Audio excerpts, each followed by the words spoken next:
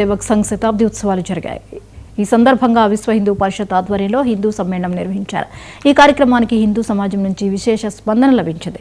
ఈ కార్యక్రమానికి తాళాయపాలెం పీఠాధిపతి శివస్వామి ముఖ్య అతిథిగా వచ్చారు. దేవాలయాలు, దేవాలయ ఆస్తుల పరిరక్షణతో పాటు ఆలయాల్లో అన్యమతస్థులు లేకుండా చూడడానికి విశ్వ హిందూ పరిషత్ పోరాడాలని శివస్వామి కోరారు. దేవాలయాల్లో హిందువులు దీపం పెట్టే పరిస్థితి ఉన్నంత వరకు హిందూ ధర్మం సజీవంగా ఉంటుందని బీజేపీ అధికార ప్రతినిధి సాధినేని యామిని అన్నారు. యువత హిందూ ధర్మ సంరక్షణలో కీలక పాత్ర పోషించాలని వక్తలు పిలుపునిచ్చారు. దీనికోసం వారు త్యాగదనులుగా మారారు. ఒక సామాన్యంగా ఉన్న భారతీయుల్లో ఉన్న మనందరం ఒక వ్యక్తి త్యాగదుడుగా మారితే కాషాయ ధర్మం ధరించిన వాడు వినెత్తుండాలి. దానికి వందింతలు త్యాగదుడుగా ఉంటేనే కాషాయం ధరించాలి.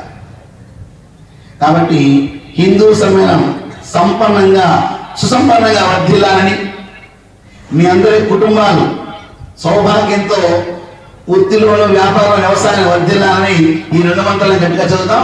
అందరు చక్కగా చెప్పండి. ఓం నమః శివాయ. మన గేటు కూడా దాంట్లో శబ్దం. సరే, ఎందుకు బిగ్గరగా పలకమంటారంటే పర్చూరి ఈ యొక్క పట్టణంలో ఇంకా చాలా మంది ఉన్నారు కదా, కొన్ని కారణాల వల్ల రాలేకపోయిన వారు, అంగవైకల్యం ఉండి ఆగిపోయిన వారు, వృద్ధాప్యం వచ్చి ఉండిపోయిన వారు, ఇది మన పని కాదురా, ఇది ఎవరో చేసుకుంటున్నారా అని అనుకునేవారు, ఇప్పటికి కూడా ఇంకా సోమరపోతులుగా మాంసం దిగని వారు కూడా ఉంటారు. వాళ్ళందరికీ కూడా ఇందా చెప్పారుగా లోకా సంస్కృతిలో ముందు మాటలుగా వారందరికి కూడా మనం పలికే ఈ శబ్ద తరంగాలు అలా అలా వెళ్ళి వారి తాకి వారిని కూడా పునీతులు చేసే గొప్ప భాగ్యాన్ని సనాతన భారత ఋషులు మాత్రమే మనకు అందజేశారు ఈ విషయాన్ని. అందుకని శబ్దాన్ని దగ్గరగా ఉచ్చరిద్దాం. చెప్పండి. ఓం నమః శివాయ. ఓం నమః శివాయ. దీనికోసం వారు త్యాగదనులుగా మారారు.